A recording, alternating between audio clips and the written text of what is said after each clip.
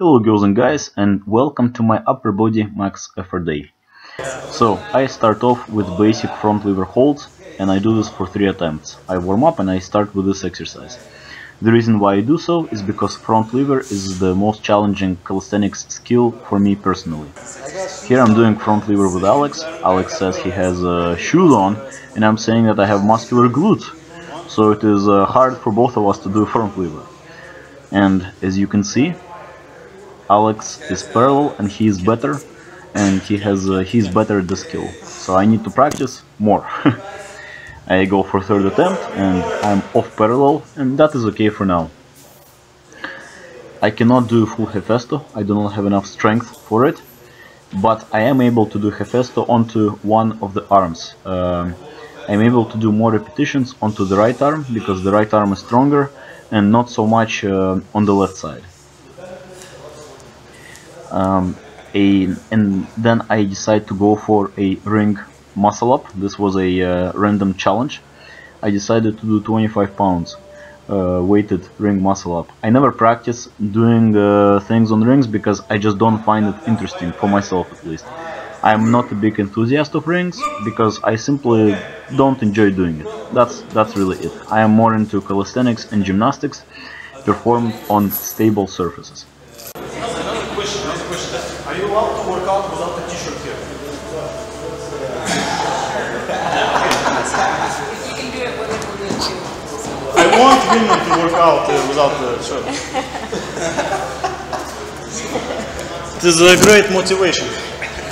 In any case, let's continue. So here I'm doing, continuing to do my Hefestos. As you can see, I'm not able to do this with the left arm. Just not enough strength. The flexibility is there, shoulder mobility is there, but it's too hard for me.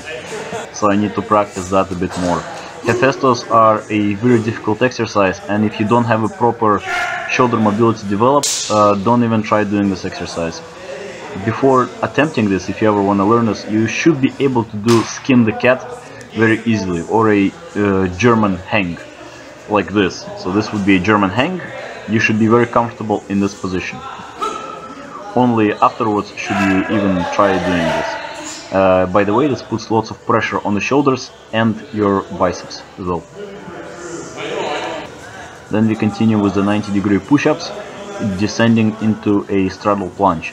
And I do this on parallel bars in order to lessen the pressure on my elbows and wrists. This is a common strategy that people utilize in calisthenics, and I advise you to do so as well if you feel that your wrists or elbows are hurting. Now I'm going to descend into a straddle plunge here, and you can see that I'm not successful. Not because I'm lacking strength, but because I cannot find the pocket. This is a very common theme in calisthenics and gymnastics strength skills. For certain skills, it's about this muscle-mind connection. If you don't feel the muscles, certain muscle engaging, then you're not going to be able to do the exercise. Most likely, in most cases. I'm not really feeling my shoulders here engaging, so that's why I'm falling down. But it's okay. I got the strength. I just need to practice plunge a bit more, and I don't practice it at all, again due to my elbows. So I need to just be careful. But you know what?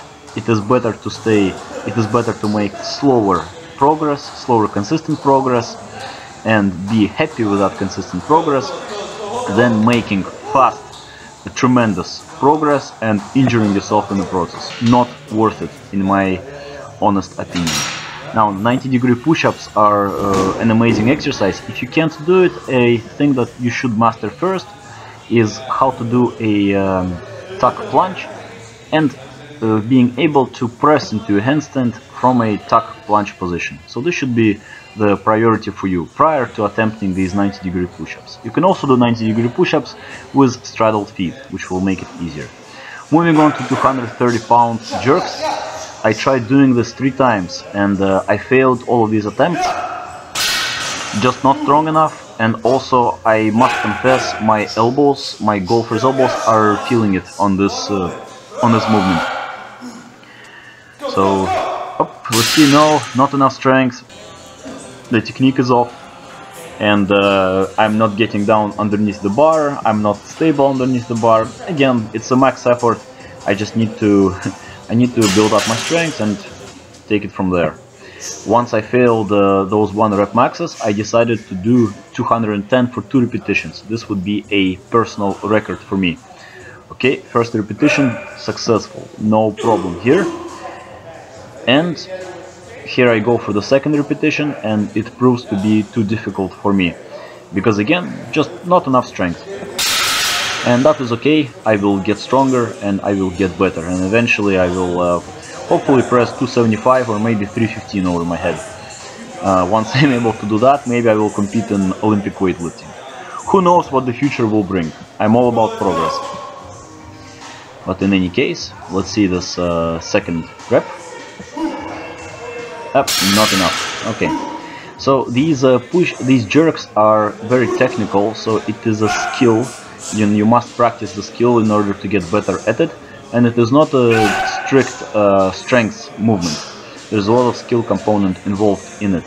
A great preliminary exercises for this is basic overhead presses and push presses to develop the strength. I move on to reverse grip dips on a straight bar, and I do these in order to strengthen my triceps and my shoulder. It's kind of like an accessory exercise for those muscle groups. I decided to work up to the maximum weight. Last week I've done 135 on Monday, today I decided to go for heavier. And I did make progress, so I'm happy about that. I do reverse grip dips in order to lessen the pressure on the shoulders and my elbows.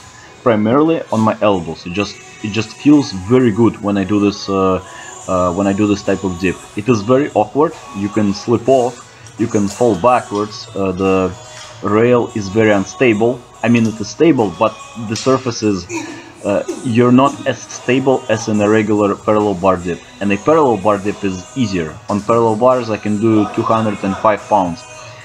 Maybe not so clean, but 190 pounds I can do clean. That's on my YouTube. Anyways, next day is active rest day, active recovery day, but I decided to again practice my front levers because I was not too fatigued from the max effort day. Again, I start off with front levers because they're the most frustrating exercise and I really need to make progress on these. And I am, which I'm quite happy about. You can see that it is getting better. It objectively is getting better, so I'm happy about that. Open tuck front levers are slightly easier and are also great to do. On my volume day, I actually do lots of open tuck front levers now for like 5 sets of 8 seconds. I then decided to proceed with 145-pound jerk with one arm. Maybe this was not the right decision, but I decided to do it in any case. Sometimes you have to go by feel. You can see I'm cleaning the bar and I don't have the slightest chance of lifting it. The bar is a bit off-centered, that's why it's falling backwards. Poor bar design, I think that's why it's a bit awkward. No chance at all. I don't have enough strength, no stability, maybe I'm weak or something like that, but yes, I have to build up some strength for this lift. It's okay. Okay, here I went for my I decided to do a 90-degree push-up with a deficit, holding the bottom position. Next time, later, I will aim to do a deeper deficit. So next time, maybe try to touch the ground with my stomach and press back into a handstand from that. Very difficult to do. Now here's my, this is a breakdance move called Air Baby. It's a static freeze, one of the hardest in breakdance. I accomplished this a long time ago, and this I'm just reviewing. Here I'm doing my hand hops. A great goal to practice is one-arm hops, but again I just have to wait for my arms to feel completely fine. I decided to go for, because I was not able to do this one-arm jerk, I decided to do 120-pound Turkish get-up. I've done 115 about a year ago, but in any case, let's talk about this for a bit. Turkish get-ups are an amazing exercise. Probably not for building strength, but for testing your strength, to see how strong you are.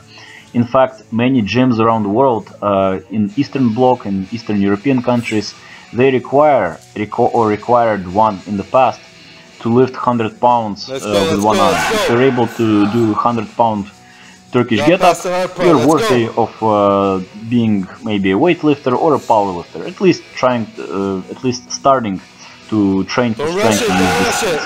If you're not able to do that, then you're weak. You need to build more strength. Great exercise, in my opinion. Test your character, test your shoulder mobility and your shoulder stability. Now, a normal grip pull over the bar is very easy, but when you do pull over with a reverse grip, underhand grip, things become much more difficult. So this is the end of the training session, and me and Alex, we are just fooling around and trying to challenge ourselves. It's great to have partners who push you to do great things, who challenge you, who from whom you can't deny challenges. And it's a great way to actually progress. So I suggest everyone, I encourage everyone to have great, awesome training partners who strive for perfection and maximalism in all that they do. So Alex failed. Let's see how I do in this. I was able to do this before. Almost there, but not quite.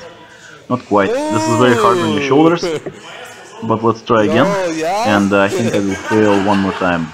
In any case, training is not only about being serious. You have to be serious, you have to concentrate on your goals, you have to train hard. But at the end, you can, me and my friends, we like to challenge ourselves right at the very end of the training session. Maybe do something crazy, you know, maybe do some Turkish get-ups. Alex has hit PRs on his Turkish get-ups as a result. I have hit PRs as a result. So again, you have to push each other, and it's great to have people who can allow you to do that.